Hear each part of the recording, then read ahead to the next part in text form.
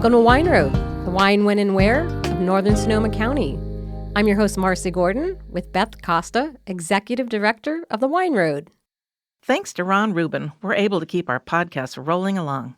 The financial support of River Road Family Vineyards and Winery allows us to keep recording, keep sipping wine, and keep sharing stories with our listeners.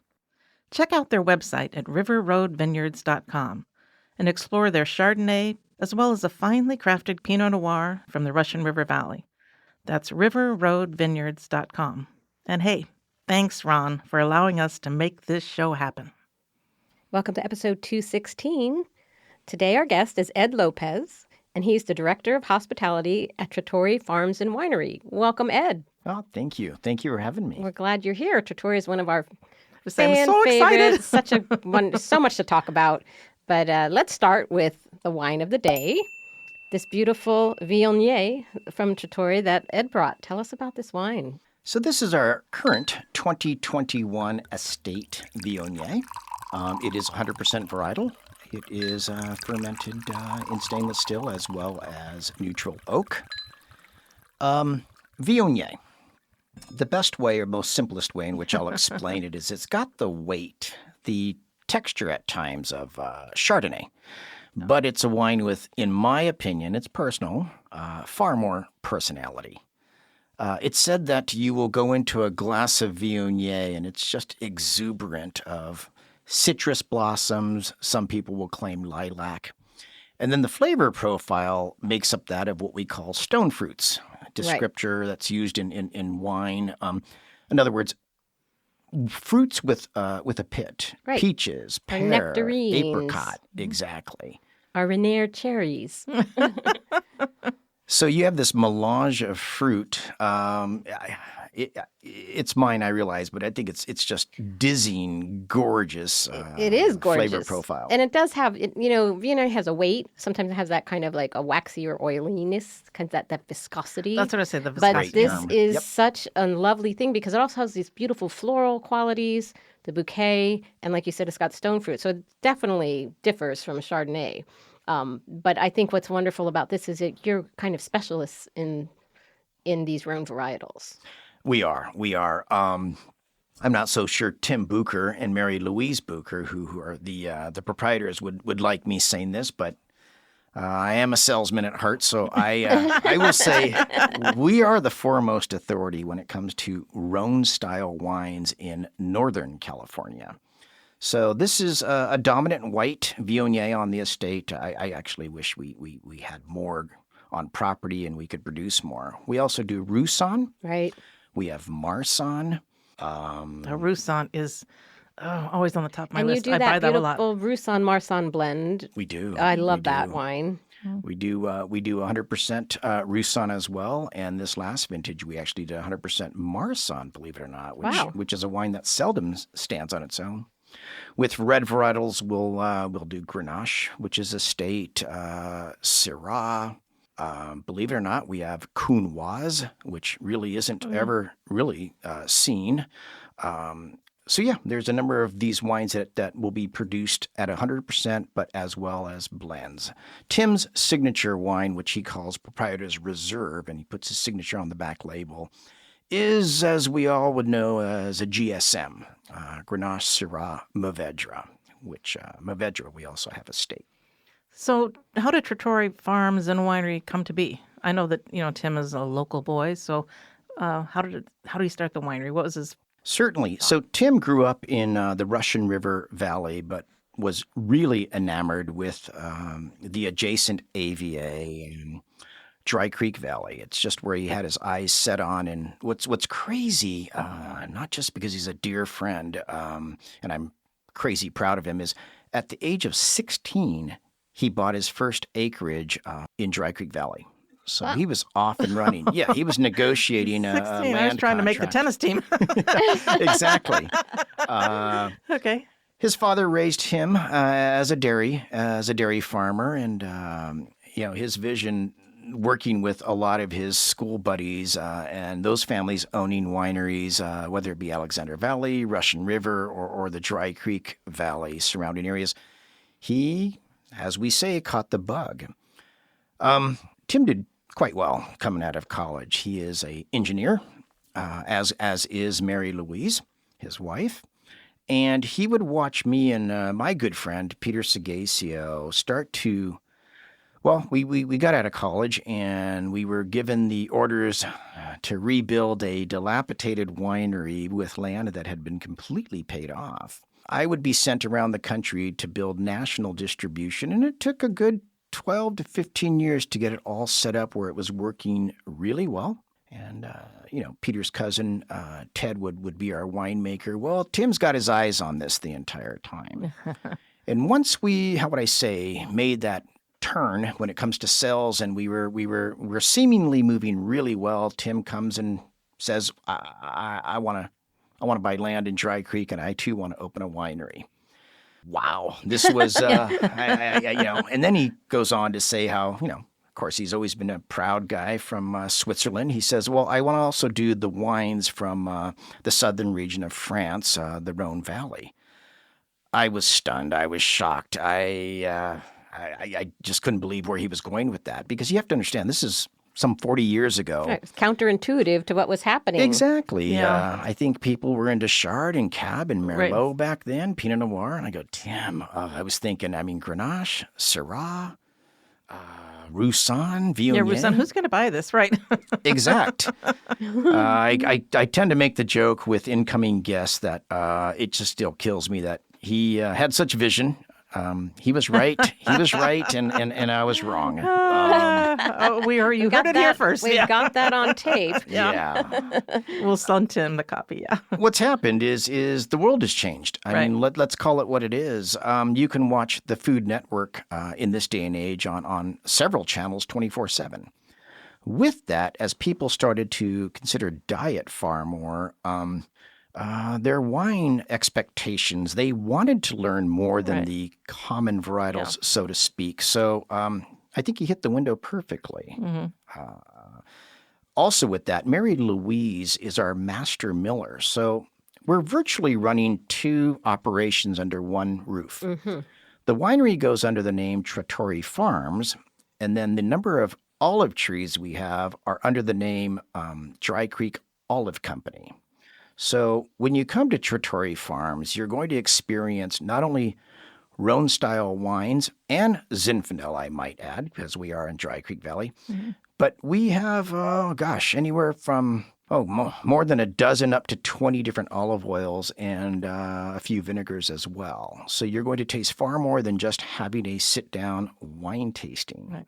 What I love about the olive oils is what you're talking about is if it's lemon flavored, lemons are actually being milled with the olives. Correct? Oh, thank you, Beth. Great point. To use the word, I'm a good student. I remembered that. I thought, oh wow, interesting. Yeah, to use the word infused is a word we really don't want to hear over at Trattore Farms. Yes, we do a lineup of extra virgin olive oils. The ranch is predominantly planted to Tuscan Italian grapes as well as Spanish. We've got 22 varieties of olives, mind you, not grapes, olives. And we do, as I mentioned, a lineup of extra virgin olive oils, and then we do a lineup, half of them are co-milled. Co-milled meaning we will use a fruit, an herb, or a pepper, where we're actually taking that organic matter, and while we're crushing under 2 tons of stone, we're tossing in, you're right, lugs of Meyer lemons. We want that organic, rich citric acid. You're going to smell when you open it. The great bacteria. I mean, whether it's sage, whether it's peaches, whatever flavor profile we want to make, it's co-milled. It's being pressed. It's being mashed. It's being produced as we're pressing olives at the time. Yeah.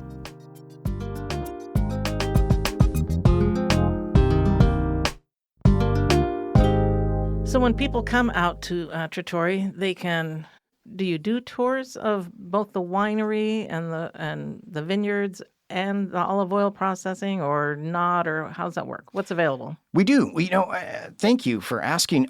We have something that's named the Get Your Boots Dirty Tour, and I would fit right in. I've done the tour. It's fabulous. It is fun. We want to keep them interactive, very social, informative, and entertaining. What we'll do is we'll start off at our elevated terrace looking over the Dry Creek Valley. Oh, elevated terrace. Actually, the most incredible view you could possibly imagine in Dry Creek Valley. Elevated terrace doesn't really fit the bill. Elevated terrace, I'll have to, It's an elevated experience. I've taken so many people there, and literally they are speechless, because when you park in the parking lot and you turn around, I have no idea. That view is beautiful. The vineyards are beautiful. There's a big oak tree out there. It's like everybody's amazed. And I'm like, just wait. Then you walk into the tasting room, and then you walk out onto the elevated terrace, and you just don't even know what to say. It's just incredible. Yeah, Tim gets a little upset with me on this one, because I will highlight, whether it be to large groups in the form of corporate groups or family, all guests, that we have an unobstructed panoramic view of the Dry Creek Valley, because just opposite, we're on one ridge line. Opposite, it's only 3/4 of a mile to the opposing side is the opposite ridge line. As we know, Dry Creek Valley is 12 miles in length, but at its widest point, it's just a little bit more than a mile. Yeah, right. We're bookended by the lake, the dam there at Lake Sonoma, and the town of Healdsburg. Right. But I'll say it's a 180-degree unobstructed view, and Tim will remind me, Eddie, I've got a 360-degree view. So thank you, Beth. Thank you for realizing when you get out of the car. So what happens when I do these tours is I will start off with something simple to taste, and I'll explain some high points of what Dry Creek Valley is as an AVA. But after a few minutes, we'll then walk over and we'll get on an all-terrain vehicle, and they'll hop in with me, and that's when we meander and start the estate tour, which can drop and rise in elevation, but it's the estate that is predominantly behind the tasting room, which we will then meander both through olive orchards and vineyards. It's beautiful. And for the tasting experience, you also have, I've taken friends out there and just had lunch and a couple glasses of wine. I mean, you have a full menu that's happening. I don't know if that's every day or if I just hit it on the weekends or. We do. We have a commercial grade kitchen. Tim and Mary Louise were just so smart in this isn't, I haven't even yet gotten to a number of points of sustainability, but for entertainment purposes, they built a dramatic kitchen in which we can serve daily guests, which, by the way, we do. We have panini lunches, panini served with a side salad. And of course, on the side salad, we'll have our drizzled daily made dressing.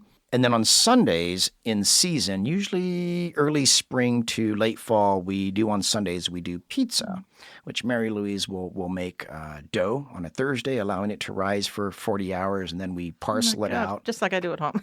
And on Sunday, we'll offer 3 different types of pizzas, in which those are changed out seasonally. Mm-hmm. So yes, we have food on every day that we're opened after COVID. We just didn't see the return to be open 7 days a week, by the way. So we are closed on Tuesdays and Wednesdays. But I find that a lot of times that allows us to do some corporate events, yeah, you could do private something parties. Else private. Mm-hmm. Mm-hmm.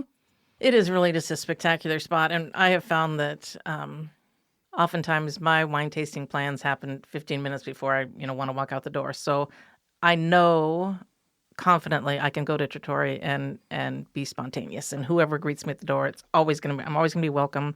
Good to and hear. I've done it. I've had lunch, last minute. I've had a big tasting last minute. Whatever, everything I do is last minute. No, that warms the heart. But it's really nice to key. know where you can go and not have to worry about that. It's such a great property, and I just love the wines in that Roussan. Also, you forgot to mention we have a vintage tractor showroom. Oh, that's right. The beautiful... Trattore. My husband can never stop looking at those. I'm like, I have to drag him away. Great point. Yeah, so Trattore, I should have said that earlier on. Trattore means tractor in Italian, as to how it should be interpreted. Given that I had mentioned Tim's an engineer, he would tinker with a lot of mechanics at the dairy farm, as well as becoming an engineer and doing a number of, startups. He loves tractors. So you're right. We have vintage restored tractors, or it's a showroom with restored tractors. Taste room is sizable. We can actually handle a number of guests. It's actually permitted as a tractor showroom, not so much a tasting. Oh, how interesting. So I bet there's reasons behind that. Oh my God, that is funny. That's priceless. One thing I wanted to ask, the last time I was there, or this is a while ago, there was a wine called Stone Soup. Yes. And because the land and the soil there is very specific, there's a very rocky soil that led to this creation. Do you still make that and offer that? Marcy, thank you for highlighting that. I'm not supposed to have. It's somewhat a pet peeve when I'm asked by someone, what is my favorite wine I've ever tasted? That's just a question that can't be answered. No. It's been Which child is your favorite? The Sophie's choice. For one, I always realize, my goodness, I have a hobby that somehow became my career. How lucky. Yeah, I do. I am at a point in life where I start to really look back and count some real blessings of travel and the fact that I would, yes, get to taste and dine all over the country. But I will tell you, of the portfolio of Trattore, I'll go on record. My favorite wine that's produced in-house is Stone Soup. Oh. Again, I'm going to sound really biased, but I'm particularly proud of Craig Strelo, my winemaker, as well as Tim, putting this wine together because it personifies, it identifies who exactly Trattore is, because nothing against my next door neighbors, but nobody would take time to produce a wine like this. I assume if they were to, well, I just don't think they'd have the will. It's the short story is this. It is the Dry Creek Valley meets the Rhone region. It is usually it's a house recipe. It's a house style. The term Stone Soup comes from the vineyard, which sits to the far eastern portion of our state. I did mention that we're in Dry Creek Valley, so usually about 50% of the wine is Zinfandel. Right. It will then be blended with varietals known from the Rhone, Grenache, Mourvedre, Syrah. Of course, that will change. The blend itself can change dependent upon the vintage. Right. But texturally, I love the wine. Tactily, you've got these red flavors, blue flavors, black flavors. I think, Craig, this wine is seamless. It is world-class red wine. It's a special soup. A special wine. Yeah, the term. But it's because it's. I remember them telling why it's very much. There's just all this rockiness, and it looks like stone soup. Right. I don't know if a lot of folks that aren't into. I mean, I think a lot of folks love wine, but I'm not so sure a number of people realize that you've got to put a vineyard under stress at all times. It almost goes against all of our knowledge of gardening. Right. That's why when you'll see photos of the Rhone, the Côte-Rôtie region, where you're going, how the heck could on those high terraces could anything grow? You'll see a lot of stone in which, especially when you see profiles of how do roots get through that heavy amount of stone. Rocky soil. Yeah. Yeah, I mean, a lot of us don't realize, but grape vineyards stem from the Middle East in these arid regions, and you kind of wonder, how would a vine survive? But a vine is incredibly prolific and vigorous.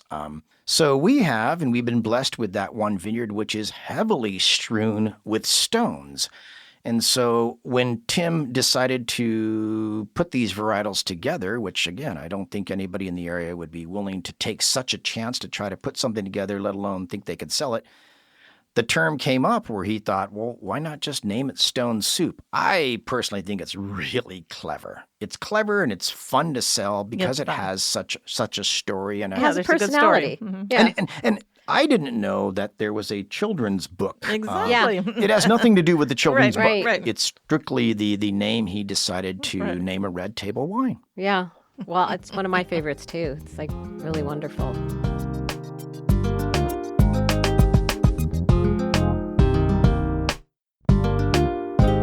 So, I had mentioned how I tend to head out there with no reservations. So you're happy with that at Trattore? Are you happy with her showing up?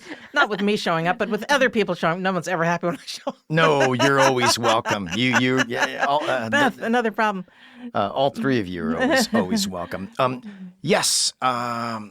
Again, people can make reservations, right? But they then can don't make have reservations. We're always appreciative of that. But as we mentioned, the size of the taste room, let alone the size of the terrace, we can and have always accepted walk-ins. Yeah. I'll highly point out that we are also dog friendly. If you were to look at our Instagram or our website, you're going to notice 2 black Labradors, which are beloved by Mary Louise and the entire staff. So we're dog friendly. We are children friendly. We can handle a fair amount of guests incoming on a moment's notice. We really can. Yeah, it seems that the terrace is large enough that you can definitely. I've been there when there's people that are definitely, couples that you can tell when their quiet time, they're over at one end, and then the rambunctious group is at the far other end, and divide and conquer. And even weather conditions. With some of these hot days that we've experienced, it is wonderful, and that is primarily where everybody wants to be, is outdoors. But we've found sometimes, with wanting to be concerned with all ages, that we will bring people in or advise. Maybe they come in under the cool air and stay hydrated. Right. I love it. So I want to know, you talked about after college connecting with Pete Sagacio and going that route. So you've been in the wine business a long time. And what is it that keeps you so interested? I know this sounds cliche, but I live for and I love wine. Yeah. I do. I tend to think sharing a dinner table with someone it's almost a ritual. It's intimate. Mm-hmm. And I've never understood being at someone's table and they have food just merely for sustenance. I routinely set a table. It can be just me and my wife, but I set a table pretty much every night. Mm-hmm. I very much enjoy people around a table, and let's call it what it is. We can read countless statements from various philosophers and writers over the years where wine does bring people together. Mm-hmm. It's something that we imbibe. I do think it's spiritual. It's a communion. Yeah, exact. It is really, in that essence, you're really taking the wine in and you're enjoying the company and you're creating a bond and a community, what they say, breaking of bread, sharing of wine. It's fundamental to humanity in a way. Not to get too lofty, but... No, I could not agree more. I mean, it's the basics. At my age at this point, I'm finding that we invite people over and we'll do a wonderful dinner, and then all of a sudden we're bringing out a table game to continue the camaraderie and the laughter. But the wine never leaves the table. Right. Certain dishes and platters may, but it's wine. And... wine for me and my family, it's very much interwoven into our daily lives and how we enjoy life. Yeah. So out of college, what was your degree in? I've got a business degree with an emphasis on finance. Oh, so that's what I'm thinking. So, but then you met up with Pete. Yeah, it was somewhat orchestrated. Yeah. Poor Petey. He had no choice. The family owned 400 plus acres in the clear. So, it's not only UC Davis. Fresno State is a huge enology school. Right. It's supported in great part by the Gallo family. Mm-hmm. So Pete was destined to study enology and viticulture. And with me having the business background, we would come together and we were off and running. Good team. Yeah, it's a team. Great team. I love it.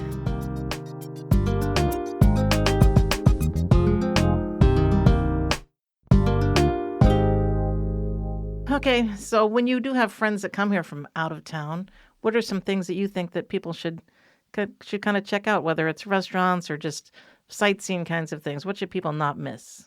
Yeah, again, such a good question because I tend to think, let's call it what it is. There's so many people that are into their diet these days, and it makes a wine guy kind of shudder when I hear people going, well, I'm not really doing alcohol anymore. There is so much to do beyond just assuming that people are to go to wineries. Right. My goodness, you could rent a canoe and go down the Russian River.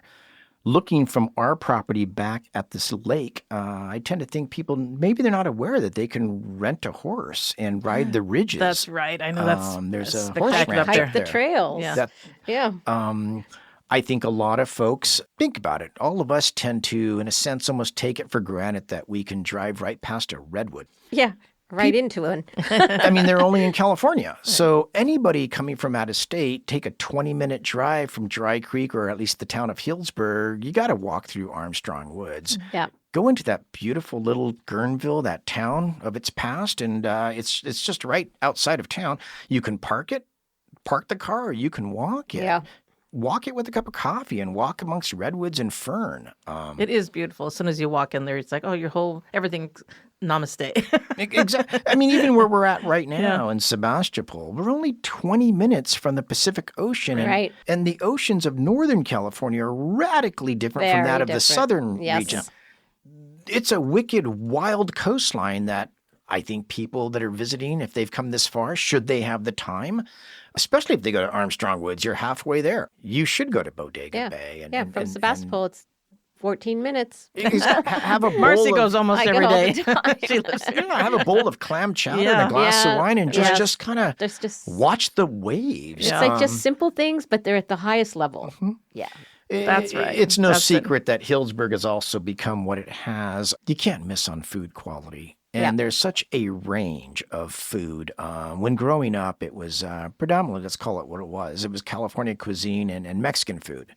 Now, of course, you've got more than enough Italian food, Japanese food.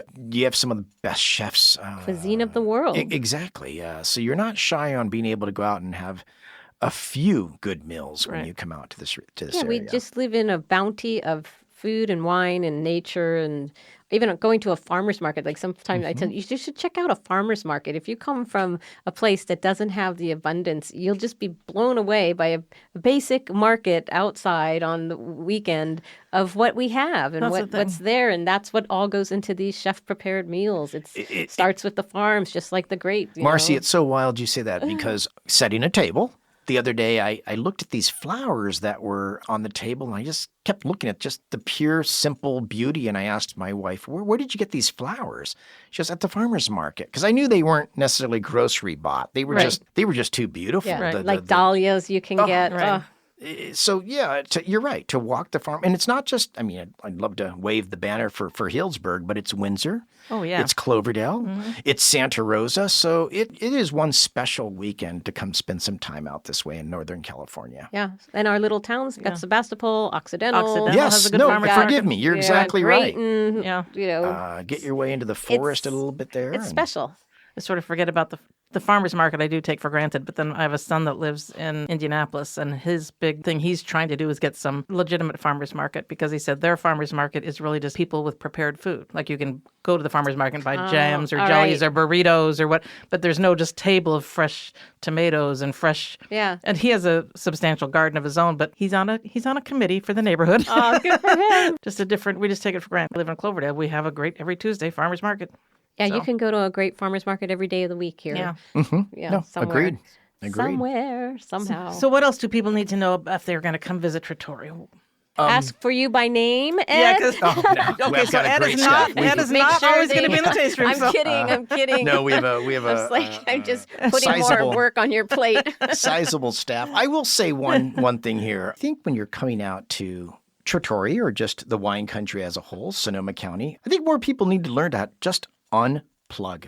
Yeah, exactly. I can't tell you how many people are almost in a panic when they're on the terrace and they're not so much taking in the vistas as they are asking me, what is your login information? What's the Wi-Fi? Your Wi-Fi. Gosh. And I'm thinking, well, for one, there'll never be a tower put out in Dry Creek Valley, exactly. So your signal connection is not going to be great. That's the beauty just of take coming, a photo and move on, You're forced to disconnect, and that's a beautiful thing. Right. So yes, whether you're walking at the farmer's market or you're strolling around the plaza in Healdsburg or you're just at a winery, how about shutting the phone off for a bit and just enjoying that glass of wine and who you're with? Right. Yeah, I don't know how you could not just enjoy it at Slow Trattori. down, unplug, relax.